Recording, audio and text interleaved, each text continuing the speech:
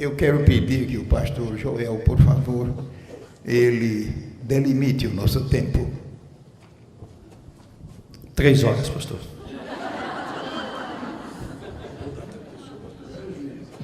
Ele disse que tem juízo. Então, irmãos, nós vamos ficar um bom tempo sentados. Fique em pé um instantinho. Só lhe peço que fique atento.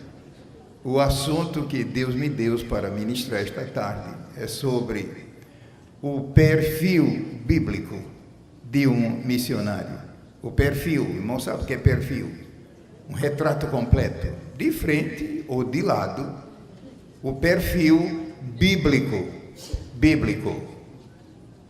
Porque, às vezes, o perfil é de uma agência missionária. Não vou entrar nesse particular. Aqui deve ter irmãos que são missionários, patrocinados por agências. Não, eu vou pegar só a Bíblia.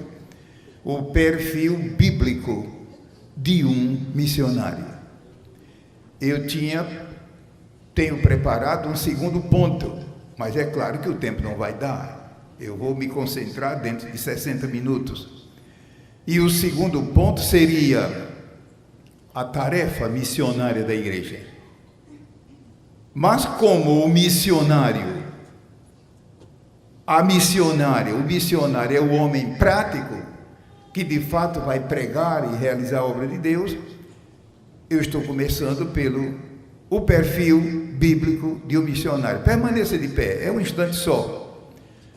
O pastor Emerson Santos, se estiver aqui no auditório, por favor, após o estudo, dirija-se à livraria. Eu preciso um instantinho de conversa com o pastor Emerson, que é pastor aqui em Orlando. E também, enquanto estamos de pé, um lapso que eu cometi ontem em fazer anúncios. Houve uma pequena troca. Então, um lapso. Fique atento, porque se você anotou, corrija. Segundo domingo de setembro, que é dia 14, é Dia Nacional da Escola Dominical.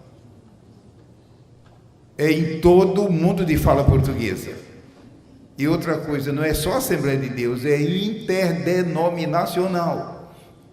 Que foi nessa data, em 1855, que a escola dominical consolidou-se. Então, eu cometi lápis, troquei a data, mas estou corrigindo.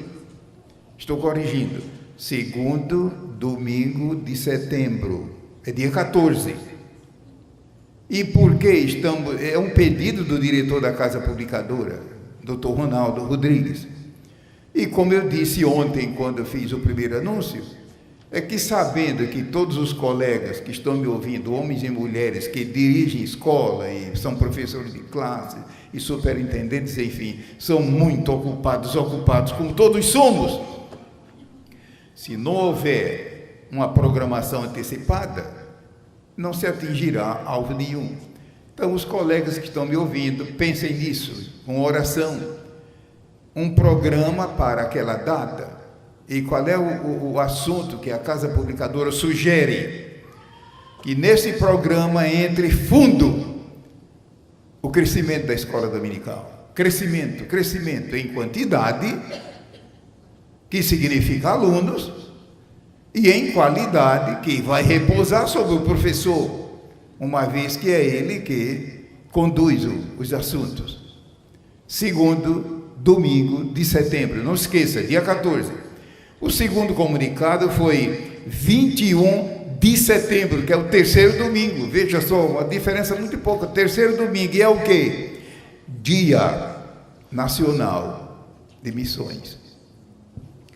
Então, uma outra informação que gostaria de dar é que, após esse período de estudo agora, de 50 a 60 minutos, eu irei para a livraria e ficarei à disposição dos irmãos que estão pedindo autógrafos.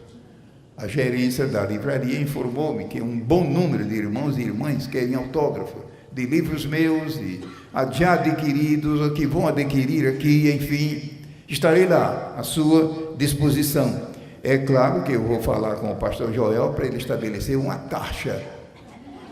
É claro, não será para mim, será para a Confradeb, né? É claro, não, eu estou brincando, fique tranquilo, que eu estou brincando. Então, queridos irmãos, tomem seus assentos e lembre-se, o nosso assunto é, por falar em Dia Nacional de Missões, não esqueçam da revista A Seara. Certamente o pastor Claudino está por aqui. O pastor Claudino, ele é obreiro da Secretaria Nacional de Missões. Nós já ouvimos aqui, está por aqui. Está na reunião dos pastores.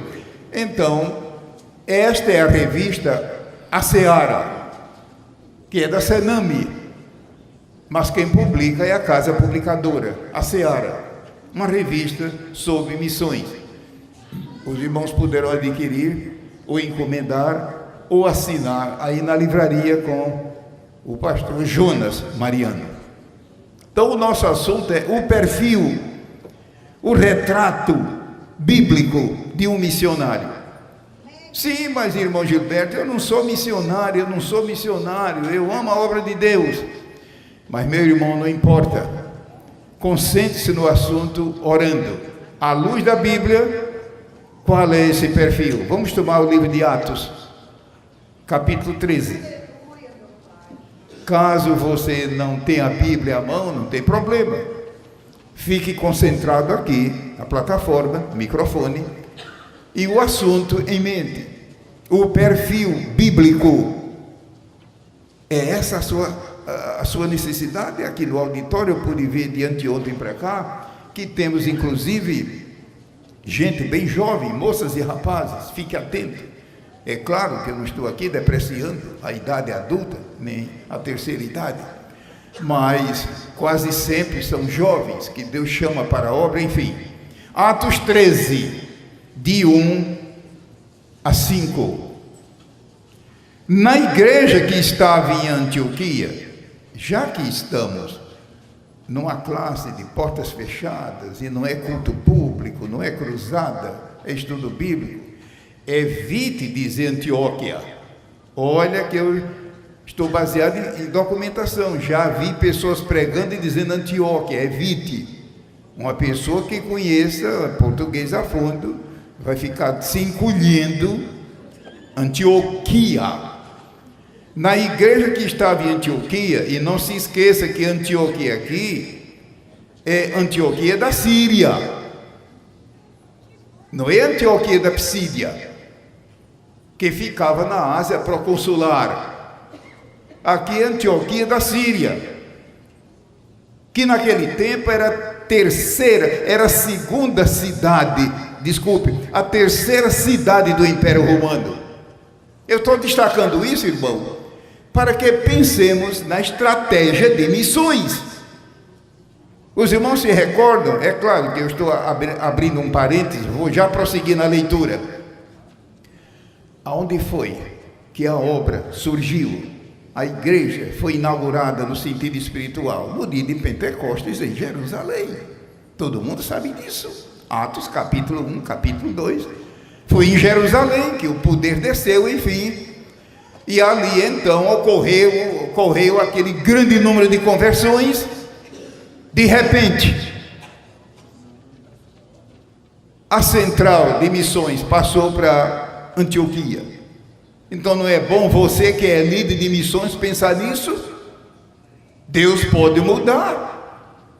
E daí, ficou em Antioquia muito tempo? Não. Pouco tempo depois, na providência divina, passou para Éfeso. Agora você já viu a diferença? Antioquia era a terceira cidade do Império Romano. Qual era a segunda? Curiosidade. Alexandria. É claro que a primeira era Roma, capital do Império. E a segunda maior cidade, Alexandria. Inclusive, quando os irmãos forem ao Egito, já que estamos em aula, eu não estou pregando, visite Alexandria e ruínas. Agora, eu lhe dou um conselho, não vá sozinho, nem vou dar detalhes que o tempo não permite. E outra coisa, leve dinheiro, porque você não terá que ir pagando suas próprias despesas. Lá só tem ruínas arqueológicas. mas vale a pena, porque ali estavam uma das 7 maravilhas do mundo. Lembra do mundo antigo? A famosa biblioteca de Alexandria. E também ali estava o famoso farol de Alexandria, numa ilha chamada Faros, que hoje está ligada ao continente. Em português, a palavra farol, aqui deve ter irmãos e irmãs que são professores de português, e talvez vão ficar contentes com essa informação. De onde vem a palavra farol em língua portuguesa? Imagine se isso fosse projetado no data show, com a própria ilha. Mas é claro que é apenas uma lembrança. A nossa palavra farol vem da ilha de Faros. Então, quando você for ao Egito da próxima vez, visite as ruínas de Alexandria, de preferência com um guia bíblico, se você não tiver maior conhecimento. Então era Roma, que era a maior cidade, a segunda, que era Alexandria, e a terceira, essa daqui do versículo 1. Veja, a estratégia bíblica de missões começou, não podia ficar em Jerusalém a vida toda. Jerusalém, onde ficavam os manuscritos, onde ficava o templo, enfim, Jerusalém. Deus mudou o centro para Antioquia, e logo depois mudou para Éfeso. Éfeso, naquele tempo, não é o que o irmão está pensando, uma cidadezinha qualquer. Éfeso era a capital da Ásia proconsular do Império Romano. Quando você visitar aquela região, eu já estive em Éfeso mais de uma vez documentando. Pela graça de Deus, sou jornalista profissional, e a minha área em que eu me especializei foi documentação. Então trabalho com documentação. Visite as ruínas de Éfeso, vale a pena. E depois de Éfeso, a sede mudou para onde? Roma. Bom, voltando ao versículo 1. Na igreja que estava em Antioquia, então lembre-se, não é Antioquia da Psídia, é Antioquia da Síria. Havia alguns profetas e doutores, a saber, Barnabé e Simeão. Lembre-se que Barnabé não é nome próprio. Barnabé é um apelido. Era um homem tão ungido, um homem tão usado pelo Espírito Santo, que tomou esse título de Barnabé, ou seja, oriundo, filho da profecia. Barnabé, Simeão, chamado Níger, eu estou usando a versão de Almeida, corrigida, cuja versão eu tive e tenho o privilégio de ser membro da comissão revisora. Não é tradutora, revisora.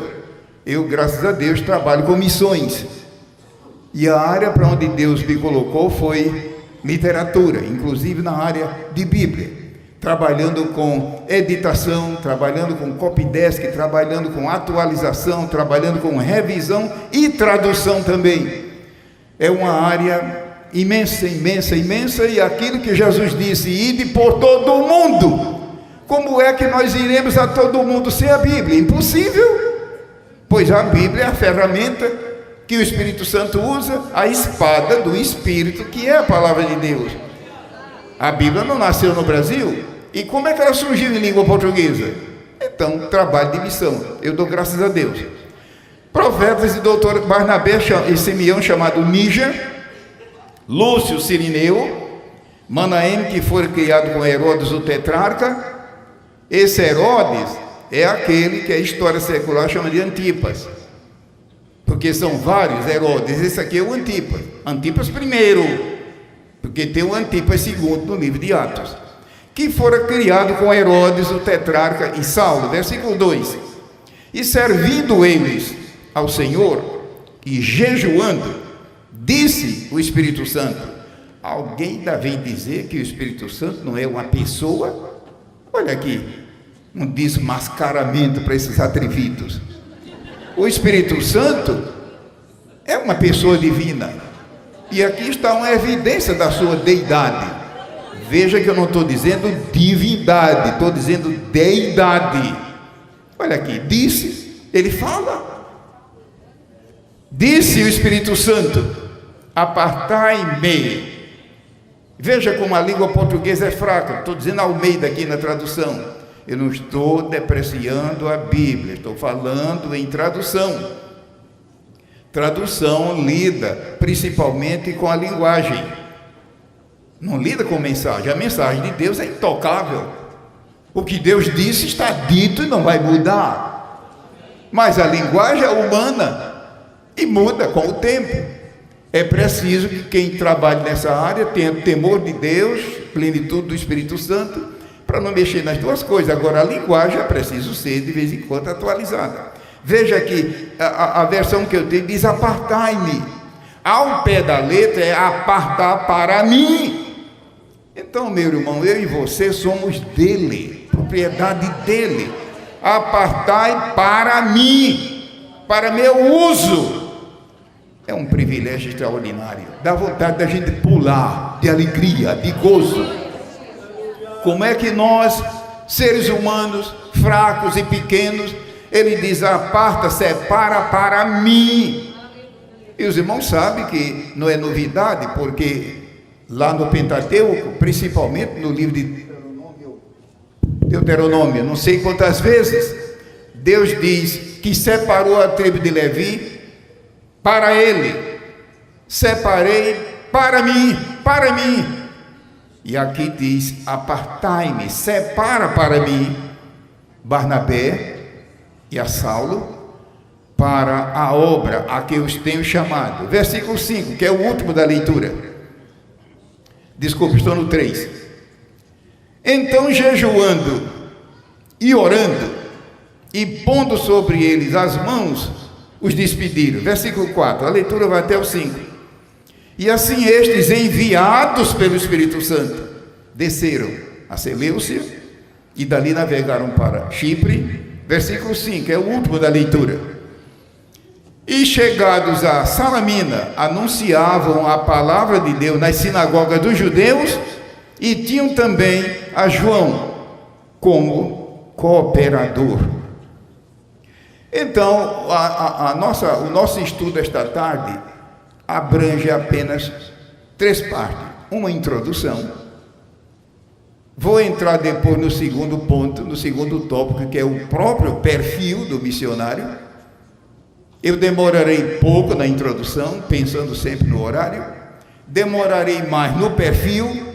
E se o tempo der, eu cuidarei da conclusão. Mas deixa que eu trouxe comigo também, é claro que o tempo não vai dar, para falar alguma coisa sobre tipos de comentários da Bíblia. Todo missionário precisa saber disso.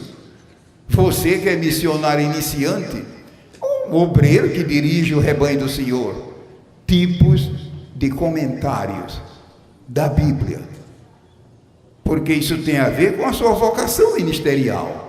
Quem sabe se você não está usando comentário que não condiz com a sua chamada, não sei. Não sei se o tempo não dará. Tipos de comentários da Bíblia, que muita gente pensa que é apenas um tipo. Se o tempo desse, eu entraria numa terceira área: tipos de estudo bíblico.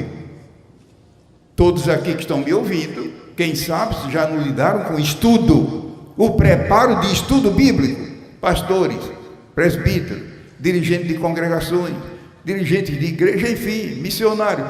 Tipos de estudo bíblico. Isso pode ser útil. Um outro assunto, é claro que eu estou somente despertando o interesse dos irmãos.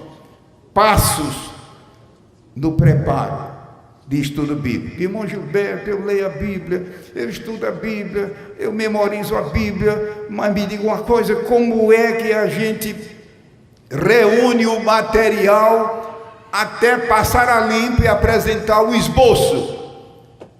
Quem sabe ficará para outro CONAD, para outro ELAD. Passos. Eu sei que aqui no auditório deve ter irmãos e irmãs que são peritos, mas nem todo mundo é como você, lembre-se. Eu estou falando aqui em sentido geral. Eu creio que só vai dar tempo mesmo para esse primeiro ponto, que é o perfil bíblico de um missionário. Então vou fazer uma rápida introdução. Essa introdução, uma parte é a leitura, que eu já fiz, em Atos 3, de 1 a 5. O perfil propriamente dito, e se o tempo der, eu farei uma conclusão ou seja, uma espécie de remate, um arremate do assunto. O capítulo 13 do livro de Atos marca o início do avanço missionário. Os colegas que aqui já falaram desde anteontem tocaram ora mais, ora menos nesse assunto, missões. E é maravilhoso quando eu cheguei aqui agora, desta vez, e olhando os gráficos e papéis e panfletos, lá vem 1 Timóteo 2,4, até que todos cheguem. Ou, como diz o versículo completo, até que todos se salvem e venham ao pleno conhecimento da verdade. Pode ver que está aqui, está também no material que o irmão tem, a pasta que recebeu lá na entrada. Até que todos se salvem, é o plano de Deus. Todos não se salvam porque não querem. A salvação não é imposta, a salvação é recebida, a salvação é aceita, como você e eu aceitamos. Mas o plano de Deus é salvar a todos, mas Deus não impõe. Até que todos, meu irmão, essa é uma mensagem maravilhosa, gloriosa, que podemos anunciar com convicção, até que todos. Quem sabe se aqui no auditório não tem homens e mulheres que antes de serem salvos eram verdadeiros demônios, mulheres imundas, imorais, homens corruptos, só Deus sabe, e hoje são santos de Deus na casa do Senhor, cantando louvores a Deus, saltando de alegria, glória a Deus. Porque é claro que muita gente antes de ser convertido, é claro que é um pecador comum, mas na área moralista, que muitas vezes é um obstáculo para aceitar Jesus. Mas quem sabe quantos aqui não eram terrivelmente perdidos, Jesus entrou no meio e salvou. O texto que está aqui, até que todos. Anuncie, meu irmão, esta mensagem com alegria, que tem casos aí de pecadores tão perdidos, que muitas vezes um crente não vai perder a fé, mas escuta essa pessoa. Eu não sei se os irmãos lembram de um homem, um pequeno parênteses que eu vou abrir, quando os evangelhos de Mateus e Marcos e Lucas, João não, menciona a lista dos 12, a lista dos 12 apóstolos, menciona um Simão chamado Zelote. Não vai mexer na Bíblia agora, que não dá tempo. Outra Bíblia diz Simão chamado Zelador. Final da história. E em português não existe tradução para a palavra. Só alguém pegando o original grego e explicando, mas tradução não existe. A minha Bíblia diz Zelote, a minha diz Zelador. É tentativa do tradutor. E por que eu estou citando isso? A palavra, aquele homem era um terrível pecador, um dos piores. Eu não vou entrar em detalhe, nem me peçam que o tempo não dá. Jesus, além de salvar, colocou no ministério. E quem sabe se aqui não tem irmãos e irmãs que são obreiros, homens aqui que são pastores, e antes de serem salvos, eram terríveis pecadores. Jesus salvou e colocou no ministério. Aquele Simão, que os evangelhos dizem, o Zelote, tem outra versão que diz cananita, e muita gente pensa ele que era cananeu, negativo. Meu conselho é não se arrisque a pegar a língua portuguesa, pega o original. Graças a Deus que existe nos seminários teológicos a matéria de exegese e hermenêutica, que são gêmeas, graças a Deus por isso.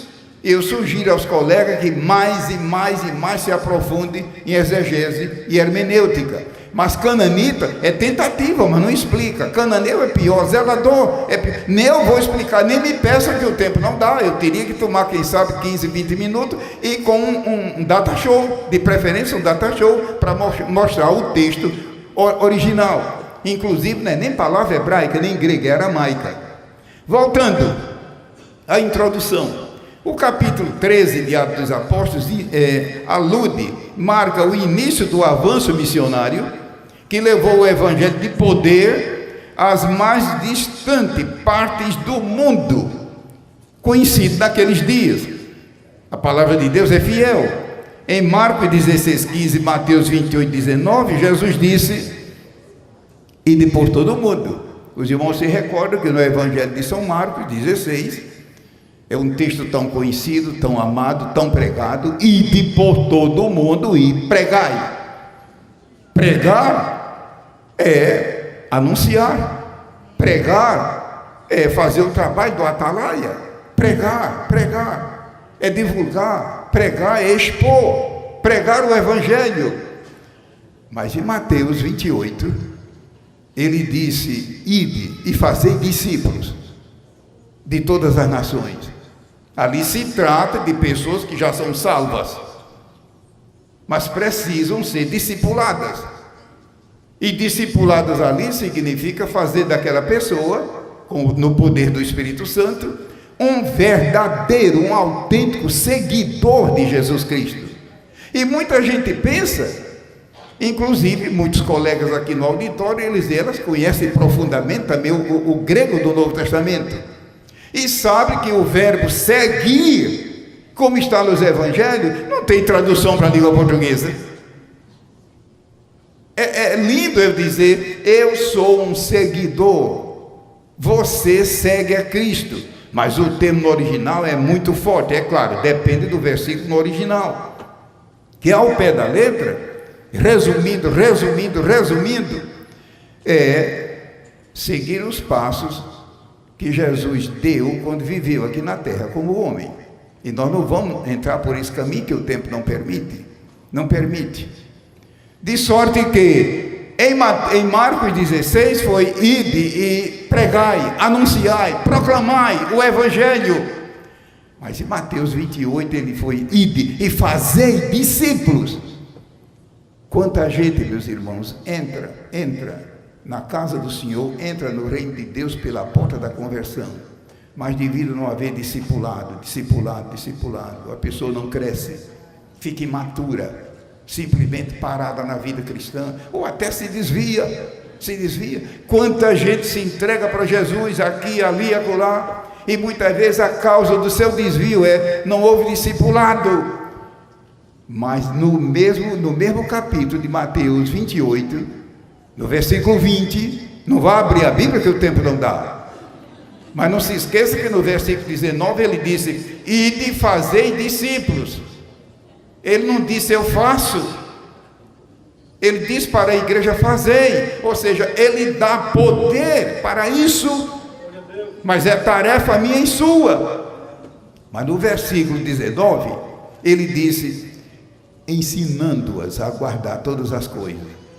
No texto original, ensinar ali, não se esqueça, é doutrinar ao pé da letra. Doutrinar. Ou seja, ensinar e observar as doutrinas bíblicas. Veja, irmão, a tarefa da igreja como é hercúlea, como é uma tarefa imensa. Não é apenas pregar. Pregar é a força de vanguarda. Pregar, anunciar a palavra escrita, falada, enfim. Mas fazer discípulos é trabalho da igreja. Então que Deus entre nós levante um grande movimento de fazer discípulos para Cristo, de quem já é salvo. Mas não é só isso. No versículo 28, quando ele disse ensinando, mas na minha Bíblia diz: e de ensinar todas as nações. Perdoe o tradutor, não adianta você brigar com ele. A Almeida já faleceu há muito tempo, deixa para lá. Nós estamos aqui nos baseando no texto original, com todo respeito. Mas em Mateus 28, versículo 18, quando ele disse: ide e ensinai, ide e fazei discípulos, é uma ordem. Mas no versículo 19, quando a Bíblia diz: ensinando-as a guardar todas as coisas, literalmente é doutrinar. E a palavra de Deus, ela contém todas as doutrinas necessárias à fé cristã. Já procurei na Bíblia uma doutrina para assunto tal, procure devagar, que você encontra. Mas qualquer assunto legítimo, a palavra de Deus contém doutrina. E por falar em doutrina, Não seria, então, quem sabe nessa introdução, não seria oportuno dar uma definição bem curtinha de o que é doutrina bíblica? Os irmãos estão vendo que eu estou usando de redundância. Não bastava eu dizer doutrina, mas tem coisa por aí que eles ensinam que não é doutrina, então eu prefiro usar de redundância e dizer doutrina bíblica. À luz da teologia, o que é doutrina bíblica? Doutrina bíblica é um ensino, é claro, um ensino bíblico, extraído direto da Bíblia, fundamentado com referenciação bíblica, que não basta um só versículo. Não existe na Bíblia nenhuma verdade bíblica, nenhum princípio bíblico, nenhuma doutrina bíblica baseada num só texto. Veja como Deus é bom. Há uma infinidade de textos bíblicos consubstanciando.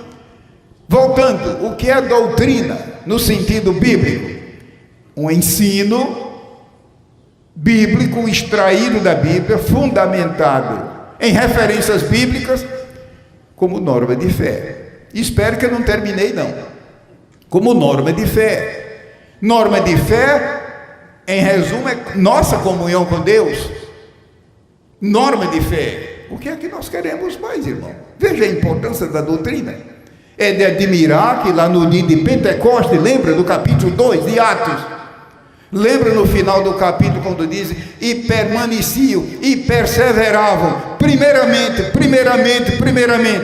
na doutrina dos apóstolos. É claro que permaneciam em outras maravilhas, mas em primeiro lugar a doutrina, ela é essencial, ela é fundamental. Você sabe o que é essencial? É uma coisa crítica. Digamos, por exemplo, que uma pessoa, que Deus aguarde, digamos que uma pessoa num acidente perca um braço, nem por isso ela vai morrer, até perdendo os dois. Eu nunca me esqueço de uma vez, eu fui diretor de publicações da casa durante muitos anos, quase 15 anos.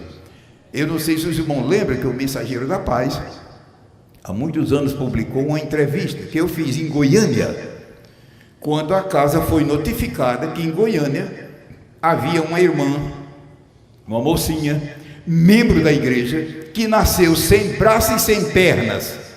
Você é bom de criar imagem na sua mente? Rapidamente, pense nisso. Um bebê nascer sem braços, sem pernas, só aquele toquinho de gente. Nasceu tudo normal, menos braços e pernas. Final da história, que eu não vou contar, que o tempo não dá. Formou-se como bacharel em direito. Veja o que é esforço e boa vontade. Quando chegou a esse ponto, nós fomos notificados, viajei para lá, esse assunto foi publicado no Mensageiro da Paz. E como é que viveu? Porque não são órgãos vitais, mas se ela tivesse, por exemplo, nascido sem cabeça, nascia morta, porque a cabeça é vital, coração é vital. E na vida espiritual, a doutrina é vital. Uma igreja, uma organização, uma entidade que se chama eclesial sem doutrina, vai virar pó e nada, porque a doutrina é fundamental. Concluindo a rápida definição que eu estava dando de doutrina, o que é doutrina? Doutrina bíblica. Os irmãos estão vendo que eu estou insistindo com isso, mas tenho lá minha razão. É um ensino, não é pregação, extraído direto da Bíblia, fundamentado em referências bíblicas, devidamente compreendidas e interpretadas como norma de fé. Pronto, é tudo que nós precisamos. Mas não é só norma de fé, é norma de vida cristã. É o seu caso e o meu. Ou seja, norma de fé tem a ver com nossa comunhão com Deus, mas é também norma de vida. Não será por isso que muitos cristãos têm uma vida cristã relaxada quanto à norma de vida, e muitas vezes culpa isso e aquilo? Pode ser ignorância. Porque a doutrina é viva, a doutrina do Senhor é viva, é poderosa, é gerativa, ela é uma geratriz no sentido espiritual.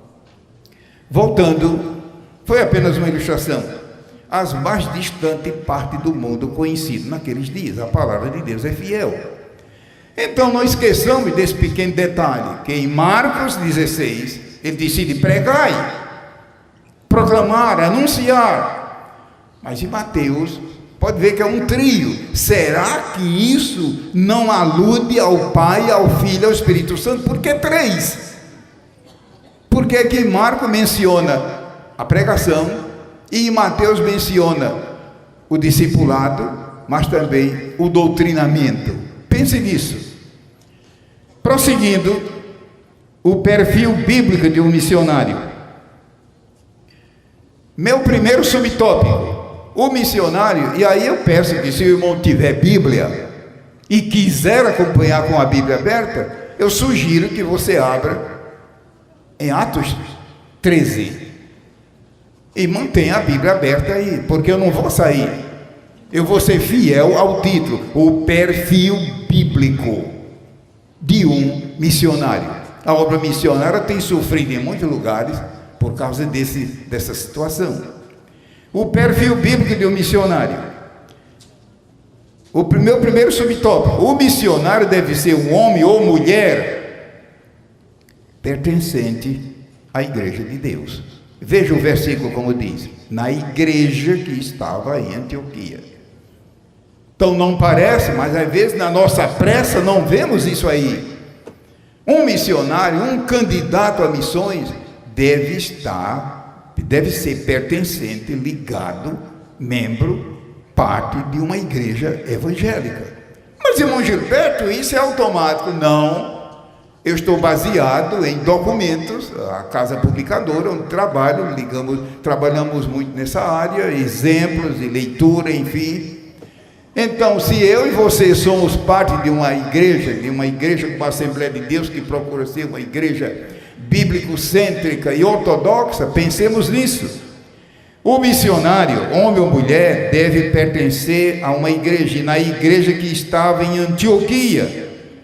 Ou seja, o candidato a missionário ou missionária deve ser uma pessoa da igreja, pertencente à igreja, integrado à igreja, que conhece a igreja, que trabalha na igreja. Por falar em trabalho na igreja, qual é o maior laboratório de preparo de um missionário? A igreja local. Você pensava que era o seminário teológico? Verifique a prática, estude o assunto à luz da prática. Onde está o maior laboratório, a maior oficina de preparo de um missionário? No sentido prático, a igreja local. A igreja local. Certamente os irmãos que estão me ouvindo e são missionários sabem disso. A igreja em que trabalha, moldado na igreja, comprometido com a igreja, aprovado pela igreja, credenciado pela igreja. O pastor Joel está falando aqui de vez em quando em credenciamento. Inclusive ele me disse agora que vários colegas aqui do CONAD não estavam presentes aqui no auditório, porque estão aqui no outro salão, cuidando também de pormenores ligados ao seu credenciamento, e enfim, talvez já estejam nesse momento. Então, quem conhece a igreja, que trabalha na igreja, moldado na igreja, comprometido com a igreja, aprovado pela igreja e submisso à igreja. Por toda parte, a obra missionária tem sofrido com homens e mulheres. Por favor, não vá pensar que é pessimismo meu. Não é pessimismo. Homens e mulheres mal relacionados com a igreja, que mal a conhecem, e muito menos a doutrina da igreja. A doutrina concernente à igreja, que está no Antigo Testamento em forma de tipos e sombras e figuras, e no Novo Testamento ela resplende com todo fulgor. Os irmãos lembram de Atos 7:38, quando você puder em casa dê uma lida, Atos 7:38. Eu creio que você é bom de memória, não vá tomar nota agora, grave na sua mente. Mas Atos 7:38, eu estou vendo alguém mexendo na Bíblia. Você não diz que é controlado? Prove agora, controle-se. Você não diz que é controlado? Mas eu estou vendo alguém pegando papel e anotando. Eu estou querendo poupar meu tempo. Atos 7:38, a Bíblia se refere a Israel como igreja. É claro que é no sentido tipológico, e aquilo é profundo. Ou seja, os fatos que aconteceram em Israel, eles prefiguram lições. E 1 Coríntios, capítulo 10, e Colossenses, capítulo 2, e o livro de Hebreus todo o livro de Hebreus. Imagine, irmão, se o Novo Testamento não tivesse o livro aos Hebreus. Glória a Deus. Glória a Deus. Por toda parte, a obra missionária tem sofrido com homens e mulheres mal relacionados com a igreja, que mal conhecem e muito menos a doutrina bíblica, tanto a igreja como o corpo universal de Cristo, como a igreja no sentido local. Você bem sabe que quando a gente quer destacar a igreja como corpo místico, eu estou usando a palavra místico no sentido teológico. Eu sei que tem gente aqui que já foi espírita no tempo de incrédulo. Irmão Gilberto está usando o termo místico. Sim, eu estou usando aqui no sentido teológico. Tem nada a ver com o espiritismo. A igreja como o corpo místico de Cristo. É só estudar 1 Coríntios 12, é uma riqueza. E o livro de Efésios. Mas existe a igreja na sua expressão local, na sua rua, no seu bairro, na sua cidade, no seu estado, que pode ser a igreja local, a igreja estadual, a igreja regional, a igreja nacional. Esse candidato precisa conhecer. Não é apenas a igreja no sentido local. Hoje pela manhã cedo o pastor Joel falou forte a respeito disso, e também outros colegas. Mas conhecer a doutrina da igreja como corpo de Cristo, geralmente a gente usa o I maiúsculo, como o corpo místico de Cristo, formada de judeus e gentios, de 2 povos ele fez um. Glória seja ao nome do Senhor. Vou para o meu subtópico número 2. O perfil bíblico de um missionário. O missionário, por falar nisso, a palavra missionário é latino. Irmãos, eu acho que se alguém estiver gravando isso aqui, eu peço que você nessa hora não grave isso que eu vou dizer, porque não é fácil. A FBI deve estar por aí e não é bom.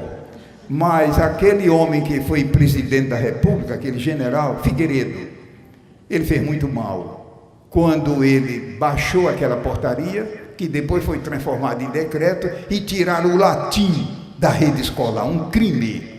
É uma das coisas que eu louvo a Deus, é que no tempo que eu estudei, é claro que faz muitos anos, o latim era parte dos cursos iniciais e tudo. E para os irmãos que estão me ouvindo, se você vai trabalhar com o campo de tradução da Bíblia, um campo em que eu trabalho, o latim para nós, e não é somente nós brasileiros, é qualquer tradutor, é fundamental, porque era a língua usada no Império Romano. E muita gente nem sabe que no Novo Testamento há dezenas de radicais latinos, dezenas de radicais.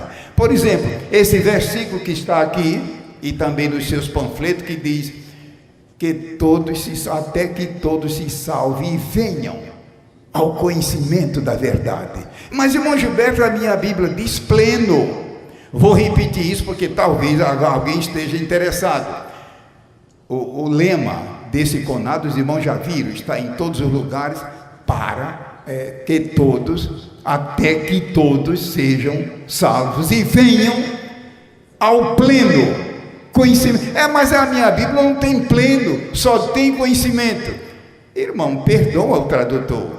O verbo usado no original, nesse caso aí, tem um prefixo, uma partícula de reforço.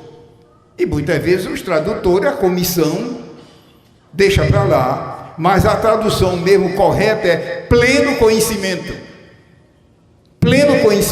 da verdade. Ou seja, uma pessoa para ser salva, Deus é tão bom, Deus é tão paciente e tão amoroso, que uma pessoa para se salvar não precisa conhecer toda a verdade. Já pensou se chegasse perante o altar do Senhor, uma mulher, um homem, um menino, ou seja quem for, eu quero aceitar Jesus, e o pregador dissesse: meu filho, primeiro vai fazer um curso bíblico. Quem é que ia se salvar desse jeito? Irmão, pode ver que o povo vem simplesmente crendo, o Espírito Santo opera a convicção. Mas o que é que esse versículo, que eu parabenizo aqui a igreja, inclusive não é pelo pastor Joel estar presente, eles terem escolhido esse texto, Os irmãos já viram que é um texto fortemente missionário. Até que todos se salvem. Para que todos se salvem.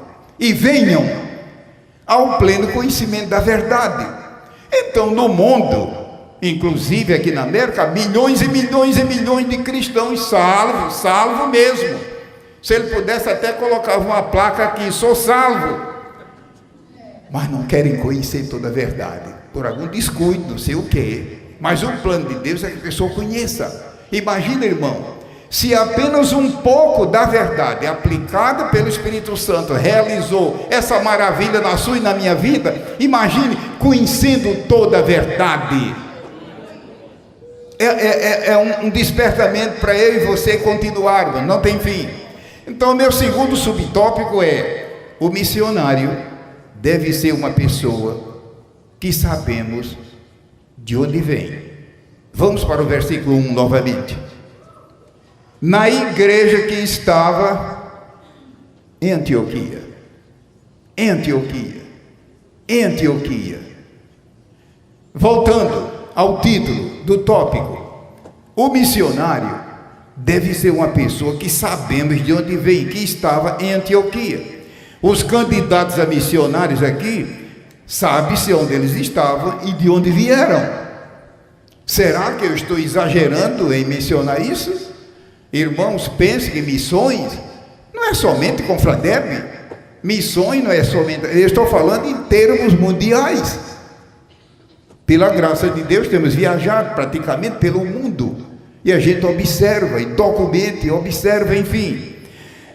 Não eram homens desconhecidos. Não eram forasteiros.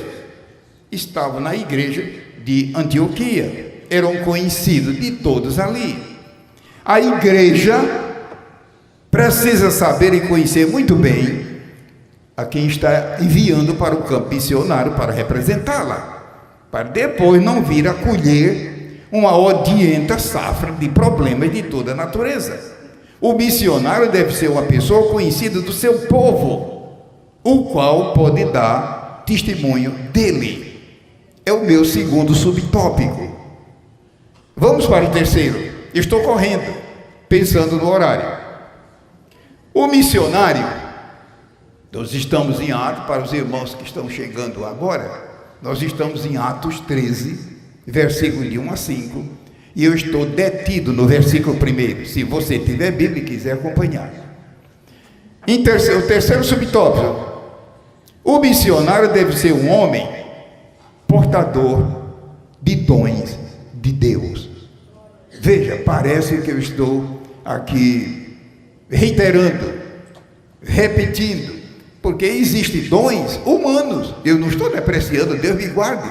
Aqui no auditório, certamente, cada irmão e irmã tem dons naturais, que quando nasceram, já trouxeram consigo.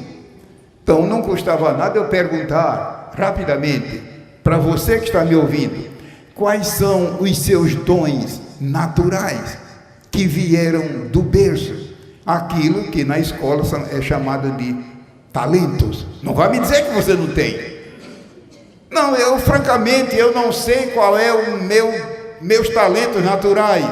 Não custa nada pedir ajuda, mas todo ser humano normal, é claro, normal, nasce com dons, talentos naturais. Não estou falando disso.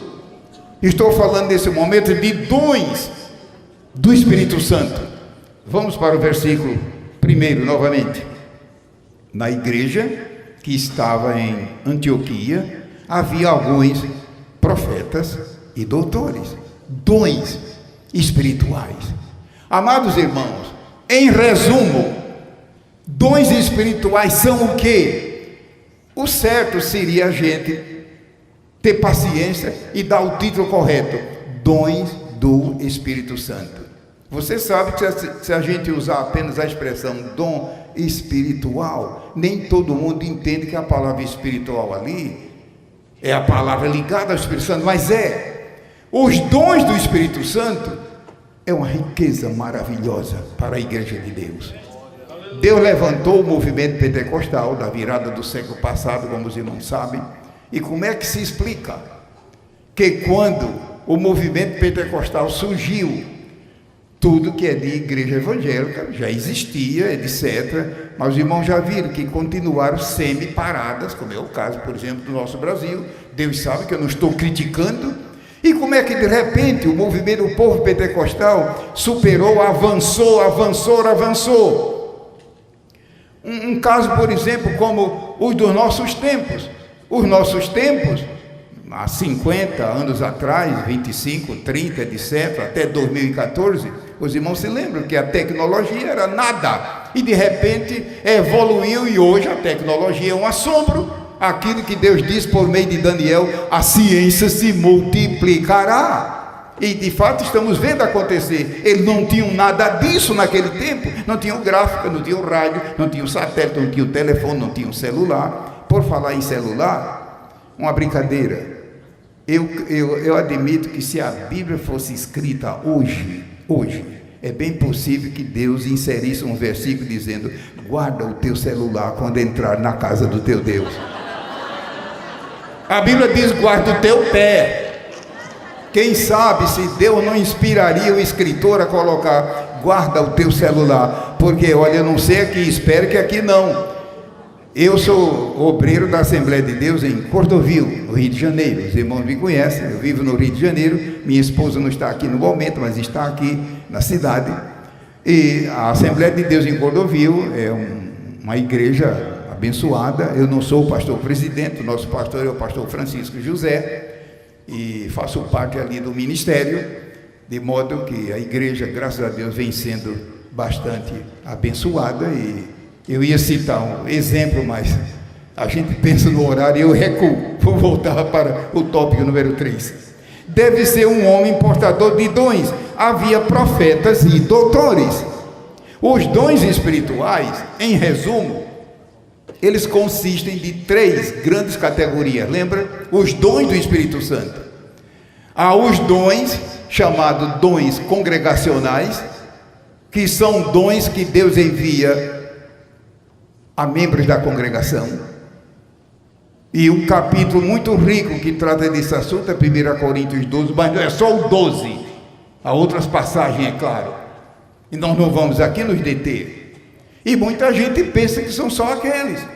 Mas são dons que Deus concede a membros da congregação. Aqui deve ter pessoas portadoras desses dons. Mas há uma outra categoria de dons do Espírito Santo, que são dons da área do santo ministério. Quem sabe se tem alguém aqui que não sabia disso? Quem sabe se não temos aqui irmãos que são denominacionais? Mas meu irmão e minha irmã, veja a bondade de Deus para com os pecadores, para com os salvos, para com a igreja. Deus tem dons espirituais na área do ministério. É tanto que muita gente pergunta: escuta, e esse dom que menciona aqui no versículo 1, profetas e doutores, ainda existe no nosso tempo? Veja que ponto a igreja, Deus me perdoe, decaiu. Porque profetas aqui não vai pensar que é ministério profético como no Antigo Testamento. Nem vai pensar que profetas aqui é o dom congregacional de 1 Coríntios 12. É profeta na área do ministério. Muita gente que está me ouvindo aqui poderá pensar: olha, eu nunca ouvi falar nisso, nem eu vou demorar. Mas é uma riqueza à disposição da igreja. Diz profetas e doutores, ou seja, mestres como o dom do Espírito Santo. Os irmãos já notaram que a Bíblia menciona profetas e mestres, ou mestres e profetas. Veja, a Bíblia está falando aqui de equilíbrio. Imagina uma igreja repleta de ministros, homens e mulheres, que são apenas profetas de Deus. Se não houver o ministério do ensino, lá vem o desequilíbrio, a tendência para o fanatismo, a tendência para o exagero, de chamar o certo de errado e o errado de certo. Agora imagina uma igreja repleta de mestres. Por favor, entenda, irmão, eu não estou criticando. Imagina uma congregação, uma igreja, um movimento repleto de mestres, de doutores, no sentido de dom, sem o profeta. Vai entrar o quê? O formalismo, até uma agulha que cair no chão. É capaz de escutar o barulho, é silêncio total, tudo parado. Então veja, Deus é o Deus do equilíbrio. Alguém se recorda de um homem que certa vez estava assistindo uma pregação de Jesus? Pela leitura do contexto dos evangelhos, principalmente Lucas, tudo indica que Jesus era e é. Ele nunca deixou de ser onisciente. Ele já sabia daquele caso. Um homem que tinha uma mão seca, mirrada. Coitadinho, a mão caída, sem controle, sem governo, igual o cabo de uma vassoura, enfim, ressequida. E diz que o homem estava ali ouvindo, e Jesus estava sabendo. Chegou uma hora em que Jesus disse para ele: levanta-te. Significa que talvez o homem era tão abatido, coitado. Porque hoje não, hoje nós estamos na era da tecnologia, e você sabe que máquinas existem para tudo, mas naquele tempo era praticamente tudo manual, Levanta-te. E veja, o homem levantou-se. Certamente ele estava ou sentado, ou reclinado, acabrunhado. Levanta-te. Era a voz divina. O homem levantou-se. Daí a pouco Jesus disse: vem para o centro. Não, primeiro disse: fica em pé. Fica em pé. Tem gente que se levanta, mas não fica em pé, no sentido espiritual. Jesus disse para ele: fica em pé. Quem sabe se nesta tarde Deus não está falando aqui para alguém que fica oscilando sem firmeza. Fica em pé, firme. A Bíblia conta que daí a pouco Jesus deu uma terceira ordem: vem para o centro. Vem, fica aqui no centro. Quem sabe se aquele homem era cidadão judeu e era um direitista. Você sabe o que é direitista, no sentido que eu estou usando? Ou seja, todo mundo está errado, só ele está certo. Espero que não haja ninguém aqui desse tipo. Todo mundo está errado, só eu estou certo. Mas quem sabe se aquele homem não era esquerdista. Tudo ele dá o contra. Eu nunca me esqueço de uma vez, na minha igreja, há muitos anos, numa reunião do presbitério, etc., tratando de negócios, e um assunto que estava na agenda, houve debate, etc., e um irmão, um presbítero, levantou-se e usou da palavra, e usou mais de 10 vezes: e eu sou do contra, eu não concordo, eu não vou votar, etc., aquilo outro, até que uma certa hora, o pastor disse: seu tempo está encerrado, de acordo com o regimento interno. Mas eu não posso falar. Posso, eu lhe dou mais 2 minutos. E então o pastor perguntou, é claro que não é o pastor Francisco, o outro pastor que já faleceu: escute, meu irmão querido, o irmão é do contra por quê? Ele disse: não sei, só sei que eu sou do contra. Meu irmão, tudo bem, o senhor é do contra? Sou. Mas por quê? Não sei, mas eu sou. Absurdo, um absurdo. Então quem sabe se aquele não era esquerdista. Jesus disse: fica no centro. E a Bíblia conta que Jesus continuou pregando e a mão dele continuou seca. O irmão lembra que no final Jesus disse para ele: estende tua mão. Você já pensou nisso? Muita gente pensa que foi tudo de uma vez. Não! Quando a gente lê os evangelhos, no final certamente era o Espírito Santo trabalhando na vida daquele homem, preparando para o milagre. Estende tua mão. Quando ele estendeu, a mão ficou sadia igual a outra. Então, meu terceiro tópico: o missionário deve ser um homem portador de dons do Espírito Santo. Havia ali profeta e doutores. Diferentes dons, eles se completam. Ou seja, eu e você não temos todos os dons. Os dons se completam. Imagina uma congregação onde não existe essa completude. Não estou dizendo plenitude, estou falando de completude. Mas o plano de Deus. Alguém lembra lá de Corinto? Uma igreja que praticamente tinha todos os dons em operação. E lembra do problema que houve lá, inclusive divisões? São passagens que nos ajudam numa hora dessa. Ninguém sozinho tem todos os dons de Deus para o seu serviço. Muitos crentes só querem saber dos dons de profeta. Outros só querem saber de doutores. mas o certo é que deve haver equilíbrio. Vou rapidamente para o meu quarto subtópico. Lembre-se que o nosso assunto é o perfil bíblico de um missionário, baseado rapidamente em Atos, capítulo 13, versículos de 1 a 5. Eu estou sempre repetindo porque nós já vamos encerrar daqui a pouco, mas vale a pena. Meu quarto subtópico: o missionário deve entender bem de variadas etnias e culturas, aquele que nós chamamos de transculturação. Quem é que não sabe o que é transculturação? O pastor Joel, inclusive, já tocou nesse assunto aqui mais de uma vez, outros colegas falaram nisso. Transculturação. Imagine, irmão, um rapaz, uma moça, um homem ou uma mulher que vai para o campo missionário ou trabalha na área de missões e não entende de transculturação. Vai ser um problema, vai haver choque tremendo de ideias. E aqui nós encontramos. Voltemos para o capítulo 13 e o versículo 1. 13 de Atos, onde nós estamos. Se você está com a Bíblia, bem, se não, fique atento aqui ao microfone. É uma abordagem rápida. A saber, Barnabé e Simeão, chamado Níger. Os tradutores da Bíblia, eles evitam colocar a palavra negro na Bíblia. E tem gente que pensa que na Bíblia não existe a raça negra. Existe sim, e são salvos como qualquer um outro. Na Bíblia não existe preconceito contra ninguém, graças a Deus. Graças a Deus. Então, os tradutores, para não ferir sensibilidade, eu estou falando aqui no caso de Almeida, colocou a palavra Níger, mas ao pé da letra é negro, cor negra, cor preta. Então você está vendo o elemento de transculturação. Depois diz Lúcio, na minha Bíblia diz Cirineu. Olha aqui, transculturação. A palavra Cirineu aqui ao pé da letra é africano, da região de Cirene. Na Bíblia, Cirene aparece com dois sentidos: uma cidade e uma região do norte da África.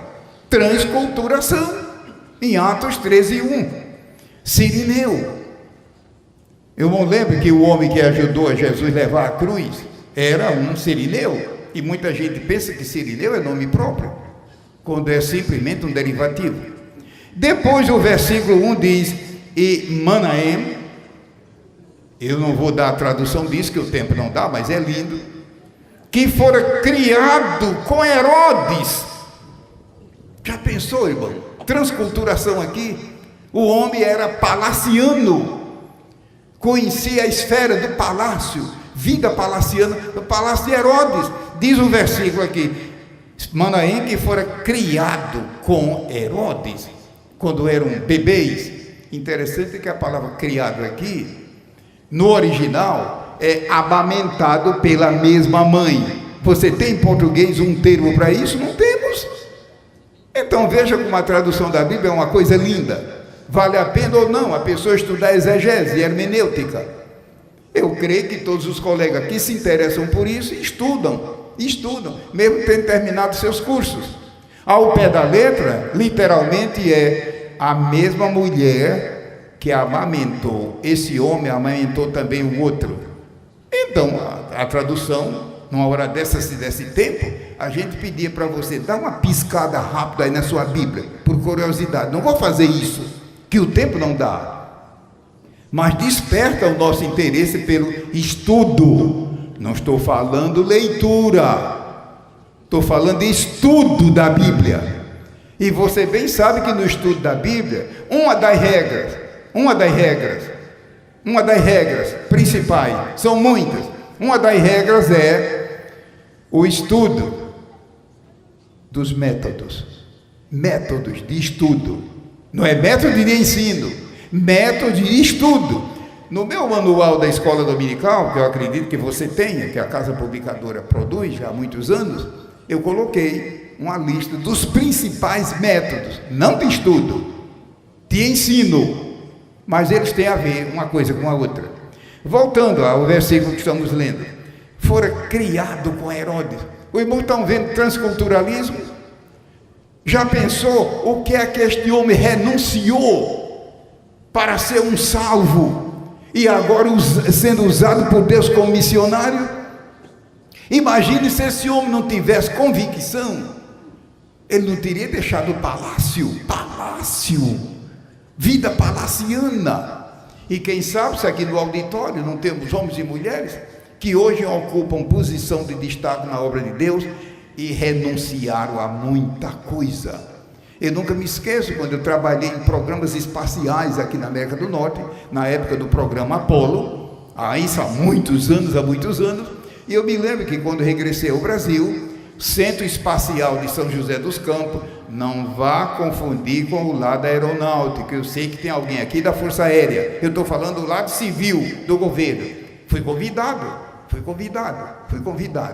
para dar o tempo todo ali, mas eu orei e disse, olha, no momento não, e não estou arrependido, Deus nunca deixou me faltar nada, nunca deixou, graças a Deus, e estou bem com Jesus, e dou graças a Deus pela esposa que eu tenho, e vale a pena dizer que um elevadíssimo, veja que eu estou usando um termo de força, um elevadíssimo percentual, não é apenas elevado, um elevadíssimo percentual do que eu faço para Deus, devo à minha esposa, devido ao seu apoio.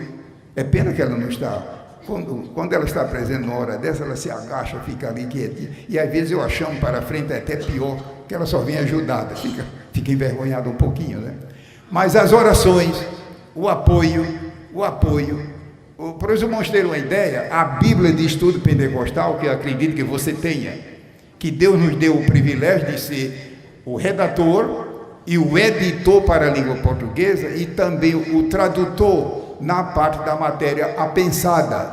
Há uma norma das sociedades bíblicas de que material para ser indexado ou apensado na Bíblia, ele precisa ser investigado à luz do original hebraico e grego. É claro que tem que ser. Então eu aconselho a você a tomar cuidado, não estou dizendo que evite, mas tome cuidado com Bíblias de estudo. Não vá jogar fora, e se você tem, guarde. Mas leve a sério o meu conselho. Será que aquela comissão, a matéria apensada, a comissão pegou o texto original, um caso como aquele do cananita que eu falei, e outros mais parecidos, e outros casos da Bíblia Sagrada. Então, concluindo aqui, que nós já vamos para o final, o missionário deve entender bem de variadas etnias e cultura, que nós chamamos de transculturação. Barnabé e Simeão, chamado Níger, Lúcio Cirineu e Manaém, que fora criado com Herodes o tetrarca, e Saulo. No final vem a palavra Saulo. Barnabé era judeu levita, nascido em Chipre. Simeão tinha pele negra, Níger. Era o africano Cirineu, etc. Vou para o meu quinto, estou pulando aqui assuntos, mas vou para o meu quinto subtópico, de o perfil bíblico de um missionário. O missionário, ele ou ela, deve ser um dos melhores crentes da igreja. Imagine se a igreja manda o pior. Pensemos nisso. Vocês estão pensando que eu estou exagerado? Se não houver cuidado, maturidade, bom senso e direção divina. Mas veja, quando você pega Atos 13, de 1 a 5, pelo menos de 1 a 3, você verifica, isso aqui que nós estamos dizendo, deve ser um dos melhores crentes da igreja. Esses obreiros eram homens de grande calibre moral e espiritual e também social. Esse estudo que eu trouxe como subsídio, não sei se tem mais na livraria, sobre defeitos que o sacerdote do Senhor não podia ter. Hoje, espiritualmente, representa o quê? Defeitos espirituais. Deus nos guarde. Que numa hora como essa, o Espírito do Senhor paire sobre nós e nos leve a meditar sobre isso. Tenhamos cuidado com defeitos espirituais, e nem eu vou entrar no assunto, mas só defeitos espirituais, quando você lê Levítico 21, você nota que havia também defeitos no sentido moral. Há obreiros, homens e mulheres, obreiros ou não, que defeito no sentido espiritual praticamente não tem, mas tem defeitos morais. E pode não ter defeito moral, nem espiritual, mas pode ter defeito social. Vai lá em Levítico 21, social. Digamos que eu dei um rápido exemplo. Tem homens e mulheres na igreja que sofrem de sociopatia. Você sabe o que é sociopatia? Dificuldade de viver em grupo. Ou seja, a pessoa sozinha é capaz de cantar, ensaiar e etc. Mas se colocar no grupo, pastor, tira essa mulher daqui, ninguém aguenta, tira esse homem, não dá de jeito nenhum. Ou ele ou eu, mas não dá para a gente ficar. E sozinho é um santo de Deus impecável, não há ninguém igual. Pode ser portador de sociopatia. Você já viu alguém que quando aparece lá na porta, lá vem ela, some daí que lá vem ela, lá, sai por aí, te esconde debaixo da cadeira, enfim, aquilo outro. Pode ser sociopatia. É defeito moral? Não. É defeito espiritual? Não. É defeito social. Um obreiro não pode ser. O nosso querido irmão lá da Jordânia falou forte a respeito disso hoje. O missionário deve ser um dos melhores crentes da igreja. Prosseguindo para o encerramento, um sexto subtópico desse assunto: o perfil bíblico de um missionário, baseado em Atos 13, de 1 a 5.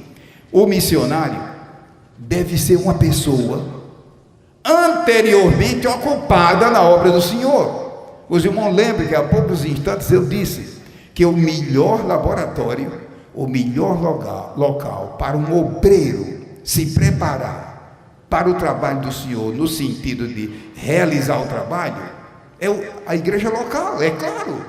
Cantar, orar, vigiar, é aquilo outro, evangelizar, e lá se vai. Então vamos voltar ao capítulo 13, agora para o versículo 2. Atos 13, 2. É claro, quem tiver a Bíblia, se você não tiver, você pode ficar atento aqui ao microfone. E servindo eles ao Senhor. Olha aqui, Deus chamou para missionário homens que já eram ocupados na obra, é claro, é a experiência. Eu costumo dizer que 10 quilos de experiência vale mais do que uma tonelada de teoria. 10 quilos de experiência prática vale mais do que uma tonelada de teoria. A Bíblia mostra que na área de dons espirituais congregacional, 2 dons ligados são o dom de sabedoria e ciência, lembra? O irmão já notou qual é o que vem primeiro? Vem sabedoria. Mas é preciso que haja o dom de ciência, ou seja, conhecimento. Por quê? Sabedoria, sem conhecimento, ela vai ficar estagnada. Porque o conhecimento é a matéria-prima que a sabedoria usa. Mas vamos inverter os papéis. Suponhamos que haja obreiros com grande capacidade de conhecimento, sem sabedoria, vai cometer desatinos. Então, pensemos no equilíbrio. O versículo 2 diz: servindo eles ao Senhor. Então, o candidato a missionário deve ser pessoa anteriormente ocupada na obra do Senhor. O auditório aqui lembra de Moisés? Quando Deus o chamou, ele estava ocupado. Lembra de Gideão, que estava malhando trigo, quando Deus falou com ele? Lembra de Eliseu, que estava cuidando de bois no campo, trabalhando? Lembra de Davi, que estava no campo cuidando, foi até chamado para vir para o local? Lembra de Pedro e André? Lembra de Tiago e João, que estavam consertando rede, barco, aquilo outro? Então pensemos nisso. Lembra de Mateus, que estava trabalhando na coletoria? Vou para o meu 7º subtópico, depressa. O missionário deve ser um homem piedoso, no sentido bíblico, ou seja, espiritual. Um homem rendido a Deus, submisso a Deus, entregue a Deus, espírito, alma e corpo. Vamos para o versículo 2. servindo eles ao Senhor e jejuando. E jejuando. Alguém ainda vem dizer que o jejum bíblico, o jejum não aparece na Bíblia? Olha aqui o jejum. Claro, jejum no sentido correto. Tem muita gente que pensa que jejum é apenas abstinência de comida. Meu irmão, jejum é uma doutrina. Desculpe a minha conotação, porque a igreja aqui tem pastor, mas você já estudou a doutrina bíblica do jejum? A doutrina. Eu não estou falando aqui de prática. Irmão Gilberto, existe isso? Existe. Tem muita gente que jejua. Meu irmão, isso aí é o ato. A minha pergunta é: você conhece a doutrina do jejum? Mas tem na Bíblia? Tem. É claro que não é doutrina fundamental. É doutrina elementar, mas é doutrina. Então, o missionário deve ser um homem piedoso, espiritual, jejuando. Jejum é sempre um reforço aliado da oração. Ele tem a ver com quebrantamento de espírito, humilhação na presença do Senhor. Vou para o meu 8º subtópico, o preparo bíblico, ou seja, no retrato do obreiro, o perfil. O meu 8º subtópico: o missionário deve ser uma pessoa chamada por Deus para esse mistério. Vou voltar ao versículo 2. Servindo eles ao Senhor e jejuando, disse o Espírito Santo: apartai-me a Barnabé e a Saulo para a obra a que eu os tenho chamado. Deus chama. Deus chama. A pessoa terá que ter convicção. Deus chama. E quando Deus chama, ele se responsabiliza. Fique tranquilo. Quando Deus chama, ele se responsabiliza. Ele cuida. Glória seja ao nome do Senhor. Diz o versículo: apartai-me a Paulo e a Barnabé. Os irmãos já notaram que nós estamos em Atos 13.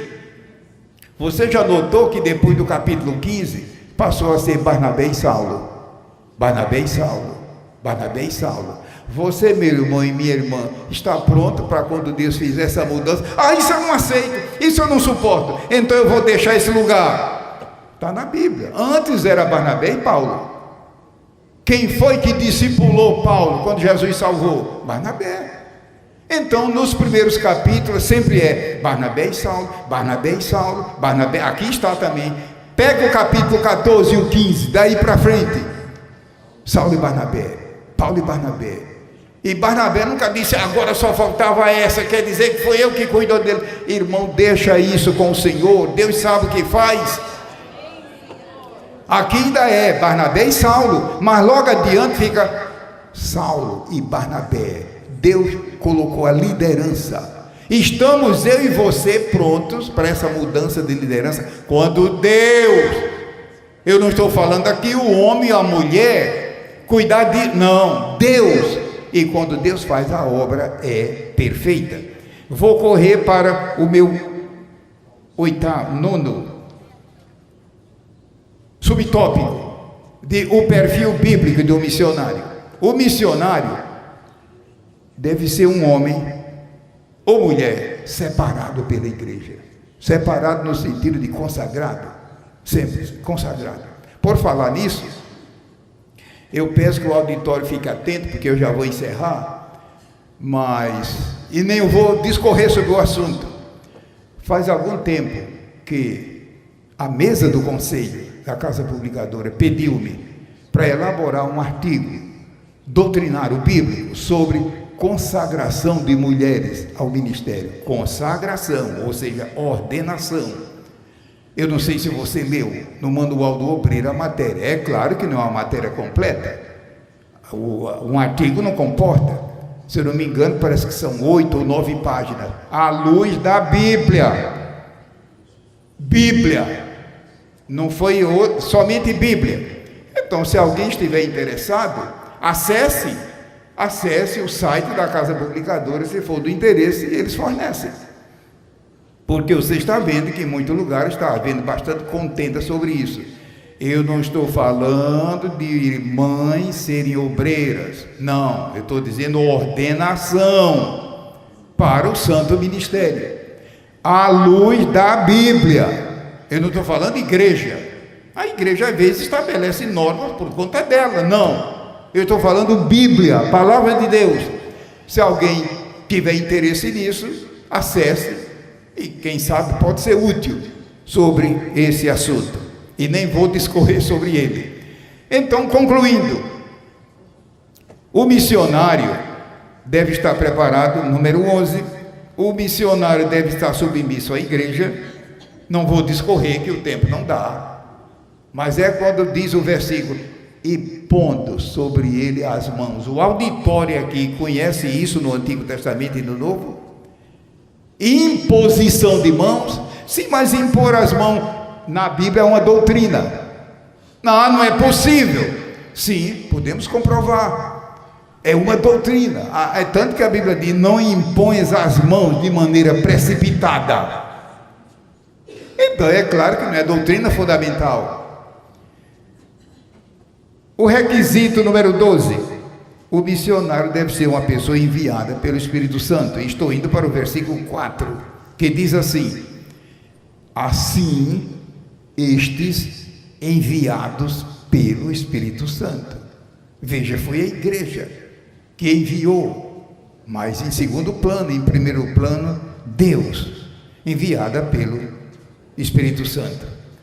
Minha conclusão, para devolver o microfone para o pastor Joel, em resumo, o que é que nós temos aqui sobre o perfil bíblico de um missionário?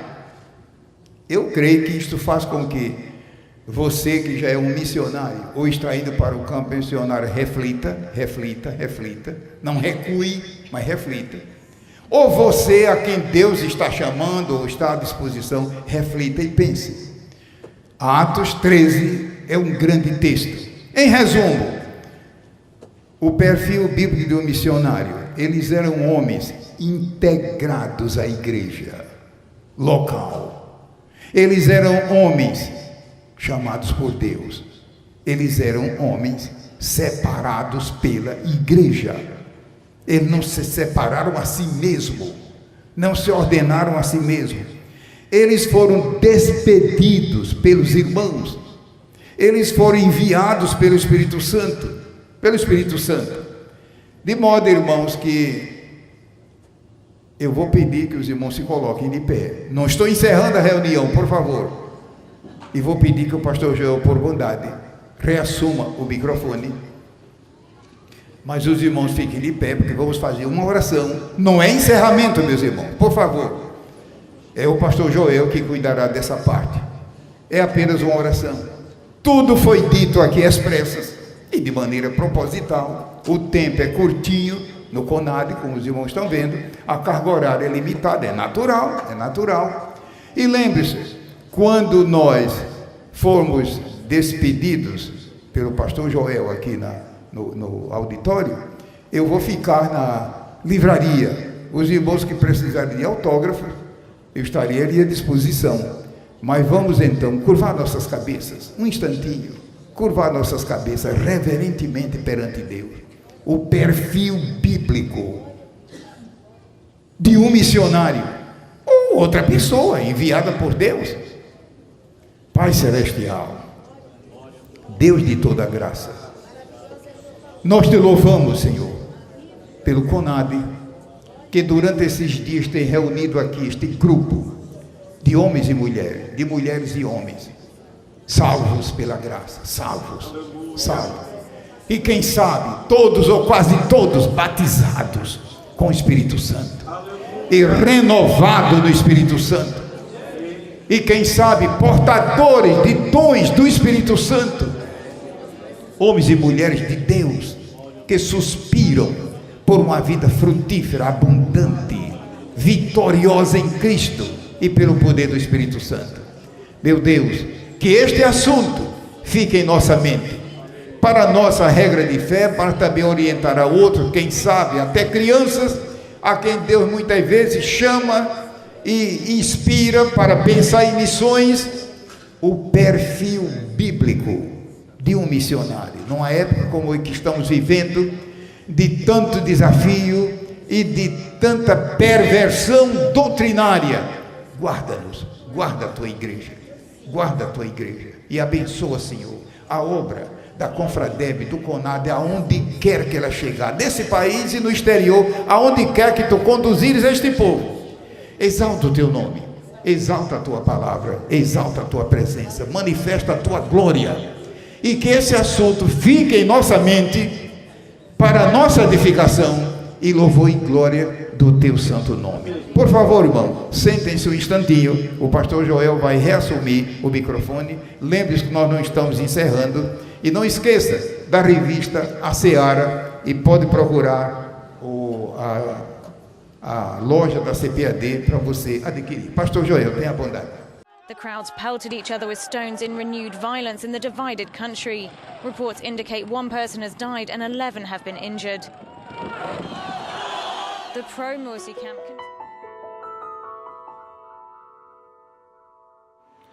Existem 5 bilhões e meio de pessoas no mundo sem Jesus. Mães, pais e crianças preciosas. Você está vendo 3 faces a cada segundo.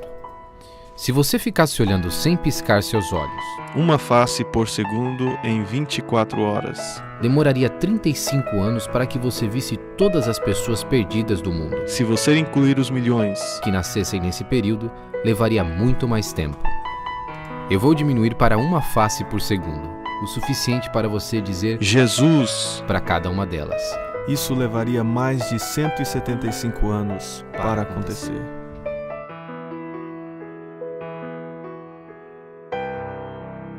De 14 a 17 de agosto, participe conosco do 7º CONAD. Até que todos cheguem.